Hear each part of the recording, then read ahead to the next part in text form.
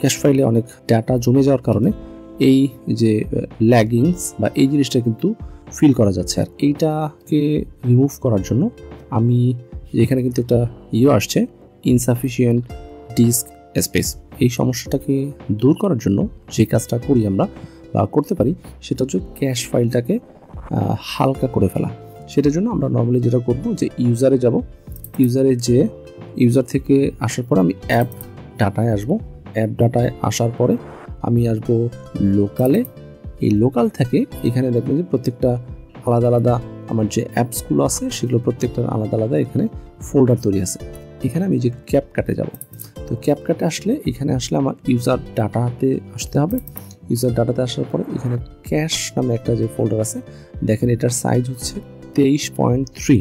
আমি জাস্ট কয়েকটা ক্লিক আগে যখন দেখছি এটার সাইজ ছিল 21 জিবি, মানে এখন হয়ে গেছে 23.3 গিগাবাইট। সো এটার কারণে কিন্তু এই যে এখানে আমার যে সি ড্রাইভটা আছে, এই যে এখানে কিন্তু দেখেন সি ড্রাইভটা কিন্তু কোনো জায়গা ফ্রি নাই, সো দ্যাট ওই ল্যাগিংটা ওখানে বেশি হচ্ছিল, অলমোস্ট ফুল। এইটা থেকেও আপনি যদি বাঁচতে চান বা আপনার যদি ফাস্ট দরকার হয় বা একটু দ্রুততার সাথে আপনি কাজ করতে চান, অবশ্যই আপনি ক্যাশ ফাইলগুলোকে ডিলিট করে ফেলতে হবে।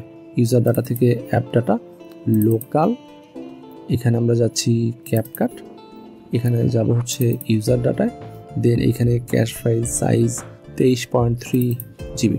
এখন এটাকে আমি কন্ট্রোল এ দিয়ে আমি এখান থেকে ডিলিট করে দিচ্ছি। ডিলিট করে দিলে এখানের যে 23 জিবি জায়গা সেটা কিন্তু সি ড্রাইভের জন্য ফ্রি হয়ে যাবে। দেখেন এটা কিন্তু ডিলিট করতেও একটু সময় নিচ্ছে, সো এটা অনেক ভারী হয়ে গেছিলো, যে কারণে ক্যাপকাটের যে পারফরমেন্স বা ল্যাগিংয়ের যে ব্যাপারটা সেটা কিন্তু ফিল হচ্ছিল। সো এই যে এখানে ক্লিন হচ্ছে, 23.3 জিবি ডাটা এখান থেকে ফ্রি হয়ে গেছে। ইয়েস, এখানে আমি সব কিছু ডিলিট করে দিই।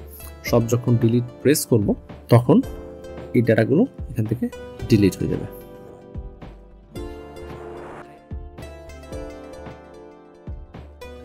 হয়ে গেল ডিলিট। এটা আমি স্কিপ দিই, এটা বেশ সময় নেয়, আমরা একটু দেখি। এখন এই যে এখানে কিন্তু ফ্রি হয়ে গেছে, 23 জিবি জায়গা ফ্রি হয়ে গেছে, যে কারণে এটা কিন্তু ব্লু হয়ে গেছে।